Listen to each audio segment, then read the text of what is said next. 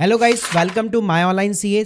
आज के वीडियो के अंदर हम लोग डिस्कस करने वाले हैं एनजीओ दर्पण रजिस्ट्रेशन प्रोसेस के बारे में। जी हाँ, ऑनलाइन कैसे प्रोसेस होता है, क्या क्या डॉक्यूमेंट्स चाहिए होते हैं, कब इसकी रिक्वायरमेंट होती है, और स्पेशली भाई इसके लिए हम लोग इनवाइट करने वाले हैं सीए सुमित शर्मा को। जी हाँ, इनका खुद का एक यूट्यूब चैनल है जिसको आप सब्सक्राइब कर सकते हो। वहाँ पे NGO taxes related, finance related काफ़ी अच्छे ये वीडियोस बनाते हैं और इनको काफ़ी एक्सपीरियंस है एनजीओ के साथ में।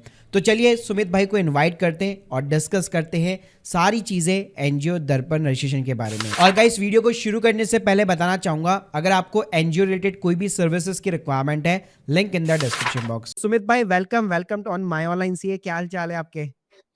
थैंक यू देव भाई, मैं बहुत अच्छा हूँ और आपका सबसे पहले मैं थैंक यू बोलना चाहूँगा कि आपने इस टॉपिक के लिए मुझे सेलेक्ट किया, क्योंकि आजकल कंप्लायंस इतने बढ़ चुके हैं, छोटी-छोटी जी। चीज़ों को लेकर के हमें बहुत एक्टिव रहना पड़ता है। और जैसे कि आपने आज बहुत अच्छा टॉपिक सेलेक्ट किया है, एनजीओ दर्पण, जिसे कि नीति आयोग भी बोलते हैं। हाँ, तो सुमित भाई, मेरा सबसे पहला आपसे सवाल ये है कि ये जो एनजीओ का दर्पण रजिस्ट्रेशन होता है, तो क्या ये सभी सोसाइटी जो ट्रस्ट होती है, जो एनजीओज वगैरह होते हैं, सेक्शन 8 कंपनीज होती है, तो क्या वो सबको ही लेना कंपलसरी है क्या? बिल्कुल देव भाई, आप ये मान के चलें पिछले 3 महीने, 6 महीने या 1 साल से पहले तक इस एनजीओ दर्पण को कोई जानता भी नहीं था। और आज ओके। इसकी इम्पोर्टेंस इतनी बढ़ गई है, आपको कोई भी काम करना है, गवर्नमेंट से ग्रांट लेनी है, आपको जी। इनकम टैक्स में कोई रजिस्ट्रेशन करवाने हैं, एफसीआरए की कोई ग्रांट लेनी है, या जी। स्पेशली बैंकिंग के अंदर आजकल जो लोगों को मेन दिक्कत आ रही है, आप बैंक में खाता खुलवाने जाएँगे या ऑलरेडी राइट। आपका बैंक में पहले खाता खुल चल रहा है, तो अकाउंट आपका डेबिट फ्रीज़ या उसको आप यूज़ नहीं कर पाएँगे, जब तक उनको एनजीओ दर्पण की आईडी नहीं देंगे। ओके, तो मतलब एक तरह से ये सभी के लिए कंपलसरी है, मतलब जिसने भी इंडिया में एनजीओ खोल रखा है, उसको ये दर्पण का रजिस्ट्रेशन जो लेना है ही वो करवाना लेना ही पड़ेगा। जी। तो सुमित भाई, आपसे ये दूसरा सवाल है कि ये जो एनजीओ का दर्पण है, कई लोगों का ना कंसेप्शन बना हुआ है कि भाई मुझे गवर्नमेंट से जो ग्रांट्स मिलती है, फंडिंग मिलती है, अगर मैंने एक बार एनजीओ का दर्पण ले लिया तो भाई मेरे को ना गवर्नमेंट से पैसे मिलने लग जाएँगे, ठीक है?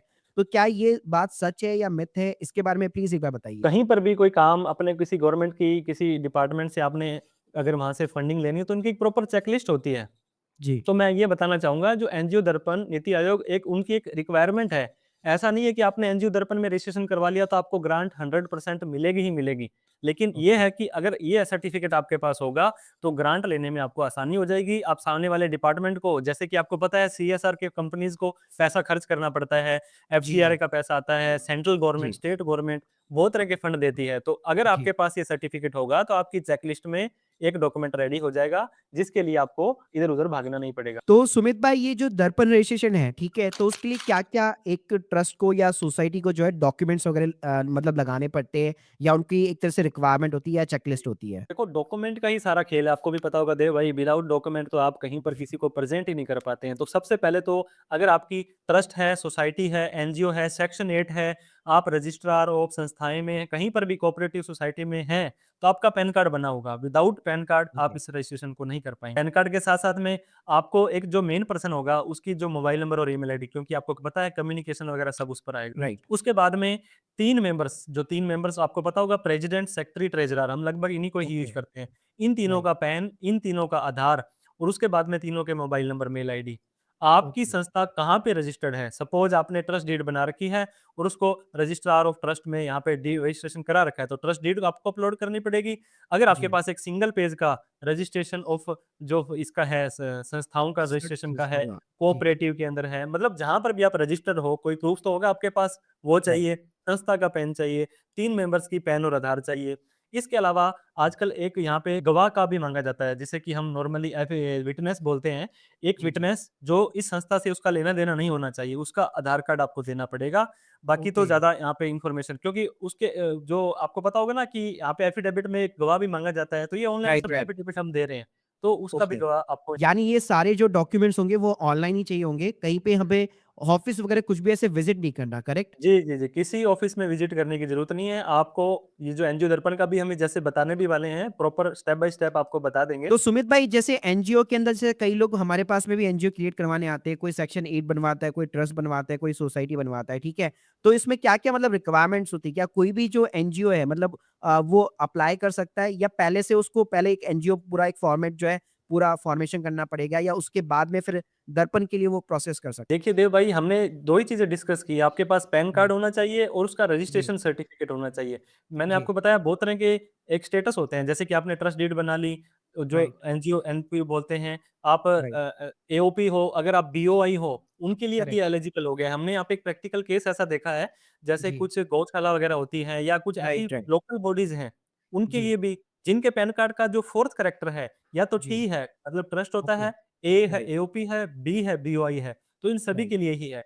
इसके अलावा आप जी, सोसाइटी हैं, सेक्शन 8 के अंदर भी आपको पता होगा सेक्शन की कंपनी जी, बनती है, तो इन जी। सभी के लिए ये मैंडेटरी ही मानो आप इन सभी के लिए हो गया है। तो सुमित भाई चलिए एक बार ना ऑडियो हमारी जो ऑडियंस है उसको एक बार पूरा लाइव प्रोसेस दिखाते हैं हम लोग कि एनजीओ की जो दर्पण की साइट है उसके ऊपर जाकर रजिस्ट्रेशन वगैरह कैसे किया जाता है। बिल्कुल देव भाई, जैसे मैंने बताया डिजिटल ज़माना, ऑनलाइन ज़माना है, कहीं पर नहीं जाना है आपको, अपने लैपटॉप पे, कंप्यूटर पे, हो सकता है मोबाइल पर भी ट्राई कर लेंगे, लेकिन थोड़ा-सा आपके लिए सुविधाजनक नहीं रहेगा। तो आपको जी, एनजीओ दर्पण या तो गूगल पर लिख दें या ngodarbpan.gov.in की वेबसाइट पर आ जाना है, तो इस तरह का इंटरफ़ेस आपको दिखाई देगा। तो जैसे ही इस वेबसाइट पर आओगे तो आप ऊपर देख सकते हैं राइट साइड में लॉगिन और साइन अप। आप पहली बार आए जी, हो तो भी यहीं से आपको जाना है, और आप एक बार रजिस्टर कर चुके हो फिर भी आपको यहीं से ही लॉगिन कर देना है, तो इस पे आपको क्लिक कर देना है। अगर आपने ऑलरेडी अपने आप को रजिस्टर कर लिया है तो पैन नंबर या दर्पण आईडी प्लस पासवर्ड से आप यहाँ पे लॉगिन कर लें, नहीं तो नीचे देख सकते हैं डोंट हैव एन अकाउंट, मतलब आपको रजिस्टर करना पड़ेगा। पहली बार आए हैं तो रजिस्टर के ऊपर क्लिक कर देना है। अब जैसे ही आप साइन अप पर क्लिक करेंगे तो ये देखिए क्रिएट एन अकाउंट, आपको अपना अकाउंट बनाना पड़ेगा। तो यहाँ पे अपनी संस्था का नाम लिखना है, और मेक श्योर करें यहाँ पर थोड़ी-सी भी अगर आप एक गलती कर देते हैं तो आपकी ये प्रॉब्लम एरर देने लग जाएगा। तो पैन कार्ड में जो नेम की स्पेलिंग है एग्ज़ैक्ट वो डाल देंगे। इसके बाद में आपको ईमेल आईडी डाल देनी है जो संस्था के एक मेन पर्सन की होनी चाहिए। मोबाइल नंबर भी डाल सकते हैं। फिर नीचे ओके, देख सकते हैं ऑर्गनाइज़ेशन पैन नंबर, मतलब जी, ऊपर तो आपने नाम डाला था, नीचे पैन नंबर डाल देंगे। फिर कब आपका पैन बना था ये भी पैन के ऊपर लिखा होगा। अब आपको रजिस्ट्रेशन नंबर पूछा जाएगा। ये मतलब आप जहाँ पे रजिस्टर हैं, मान लीजिए बहुत सारे लोगों का सर्टिफ़िकेट पर 87/2003, 2004 ऐसा लिखा होता है, तो वो डाल जी। देना है। तो तो आपका सुमित भाई यहाँ पे एक चीज़ पूछना चाहूँगा मतलब कोई स्टैंडर्ड फॉर्मेट नहीं है राइट? रजिस्ट्रेशन नंबर अलग-अलग होता है तो यहाँ पे सारे रजिस्ट्रेशन नंबर जो है वो एक्सेप्ट कर लेगा, करेक्ट? आप डैश में डाल दो, स्लैश में डाल दो, मतलब कोई जी, इश्यू नहीं जी। है वो। और आपको ओके, कई लोगों को ट्रस्ट डीड में इश्यू आएगा यहाँ पे, कि राइट, ट्रस्ट अगर आपकी बनी है तो ट्रस्ट डीड के पीछे की तरफ वो तहसील वाले आपको लिख करके दे देंगे, तो वो नंबर आपको यहाँ पे डालना है। इसके बाद में रजिस्ट्रेशन रिन्यूड ये एक ऑप्शन आ रहा है, लगभग-लगभग ट्रस्ट के लिए नो ही होता है, क्योंकि रिन्यूअल है इनको करवाना नहीं पड़ता है। फिर एनपीओ टाइप के अंदर आप सेक्शन 8 की कंपनी है, ट्रस्ट है, सोसाइटी है, वो आपके अकॉर्डिंग आपको सिलेक्ट कर लेना है। फिर रजिस्टरिंग अथॉरिटी है, मतलब आपको किसने रजिस्टर करके दिया है। जो आपको पता होगा कि रजिस्ट्रार ऑफ ट्रस्ट है या कौन है, उसके अकॉर्डिंग कर लेंगे। अब जो मेन प्रॉब्लम आएगी आपको, ये आती है total number of office bearer, मतलब अगर आपके मान लीजिए 10 मेंबर हैं और आपने यहाँ पे जी, 10 लिख दिया, तो आप जी। फँस जाएँगे। फिर आपको 10 मेंबर्स का ओके, पैन आधार डालना पड़ेगा आगे, और एक भी ओके, कमी आ गई तो आप बढ़ ही नहीं पाएँगे। तो आपको यहाँ ओके, पे मिनिमम 3 मेंबर्स डाल देंगे तो भी काम चल जाएगा आपका, जो मैंने बताया, ओके। प्रेज़िडेंट, जी, जी, जी। ट्रेज़रर और सेक्रेटरी। Okay, okay. मतलब 3 मेंबर की फिर एडिशनल हमें केवल डिटेल्स फिल अप करनी है। अगर 10 डालें तो 10 तो मेंबर की 10 की डालनी डिटेल पड़ेगी। बहुत सारे लोग हमसे जी, कमेंट करते हैं कि सर अब क्या जी। करूँ? वैसे तो उसका भी राइट, इलाज हो जाएगा, समाधान है, लेकिन आप ओके। कोशिश करें कि डालें 3 ही। तो ये सारा डेटा डालने के बाद में जैसे ही आप ओटीपी वगैरह डाल देंगे, तो ये देखिए your sign up process complete हो चुका है। अब जो आपकी यूज़र आईडी है, मैंने आपको बताया आपका पैन नंबर या मेल आईडी है, और जो आपका जी, पासवर्ड होगा, फर्स्ट टाइम पासवर्ड आपका ईमेल आईडी पर आ जाएगा। तो साइन अप करने के बाद में देव भाई जैसे ही हम हमारा ये देखिए लॉगिन करेंगे तो हमें जी, पुराना पासवर्ड जो हमारे मेल पे आया था, फिर हमें जी। नया पासवर्ड अपनी सुविधा अनुसार बना लेना है। अब ये ओके, 4 अक्षर का पिन भी पूछ रहा है आपको, जैसे 1 2 3 4 या कुछ भी आप अपने राइट, पैन कार्ड के 4 डिजिट डाल दो, ये हर बार जी, पूछेगा आपसे। कैप्चा ओके, डालेंगे, सबमिट करेंगे राइट, तो ओके। कांग्रेचुलेशंस हमारा रजिस्ट्रेशन हो गया है। तो देव भाई जैसे हम लॉगिन कर लेंगे ना, ये देखिए प्रोसीड फॉर रजिस्ट्रेशन हमें बताएगा कि अब आगे जी, रजिस्ट्रेशन अपना पूरा करो। तो अभी 0% ही करेक्ट, कंप्लीट है, हमें इसको राइट, 100% करना रहेगा।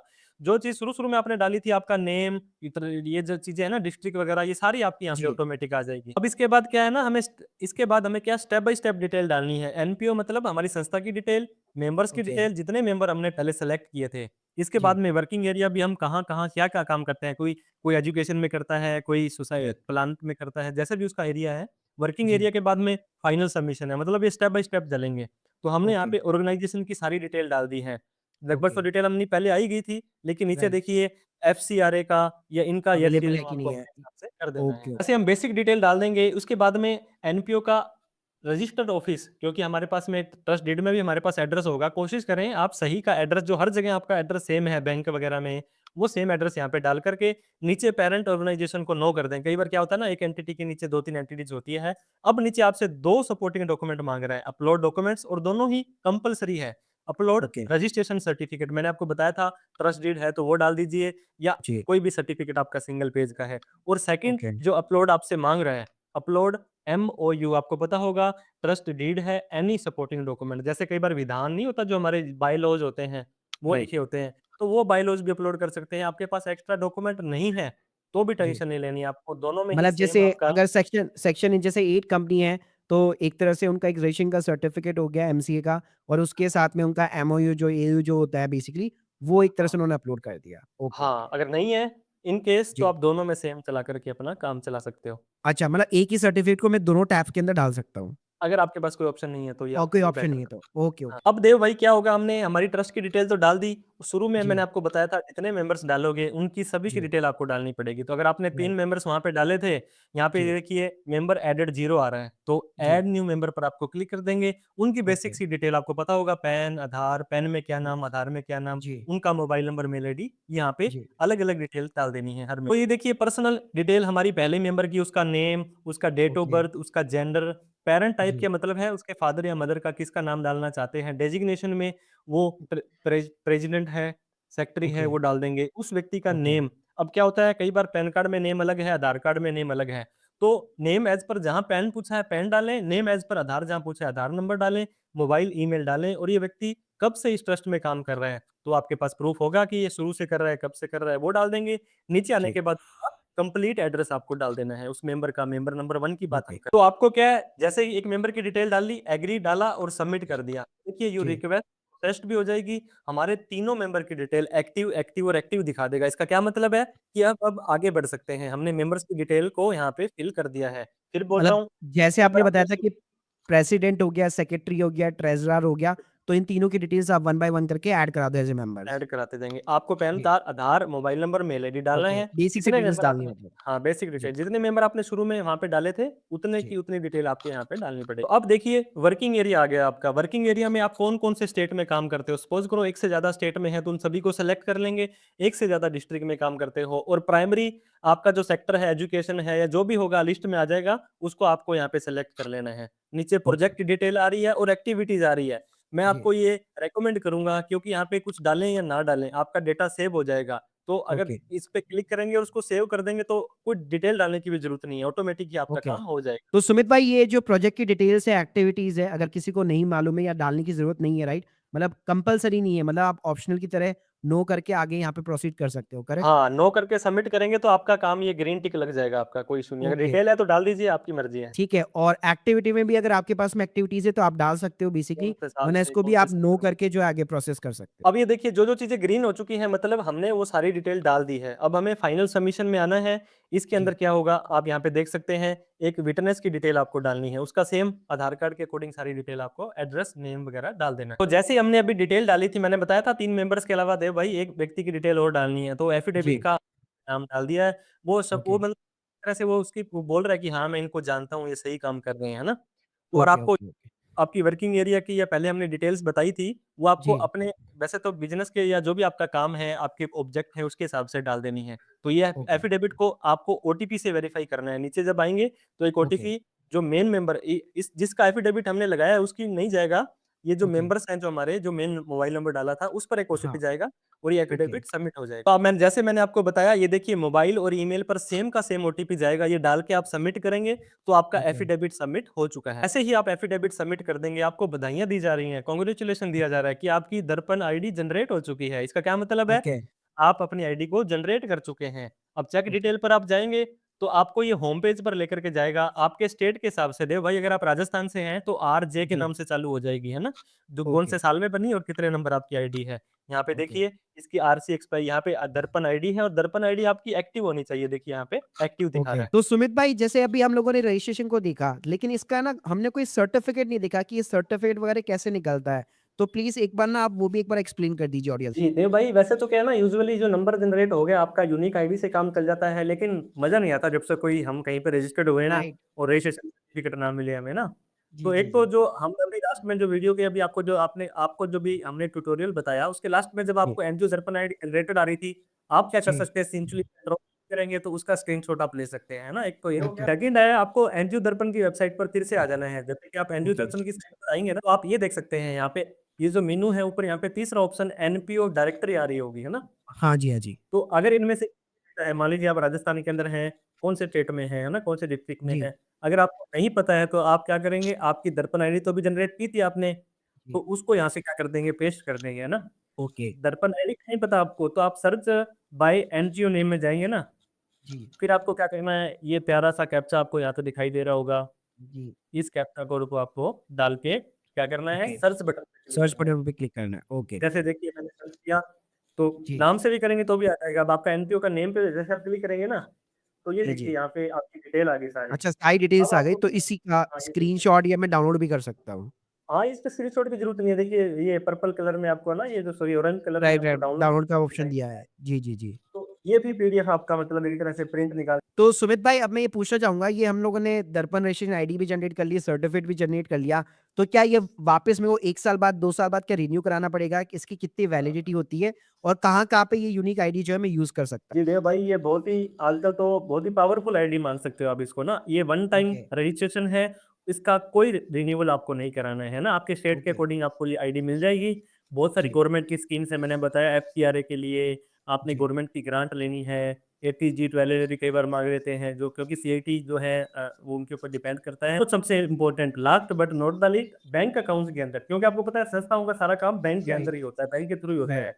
जिसने नया बैंक सुमित भाई, अकाउंट यहाँ पे खोला एक और चीज़ पूछना चाहूँगा, जैसे जो लोग डोनेशन करते हैं, जिनको आपको पता होगा एटीजी की रिसिप्ट वगैरह मिलती है, ठीक है?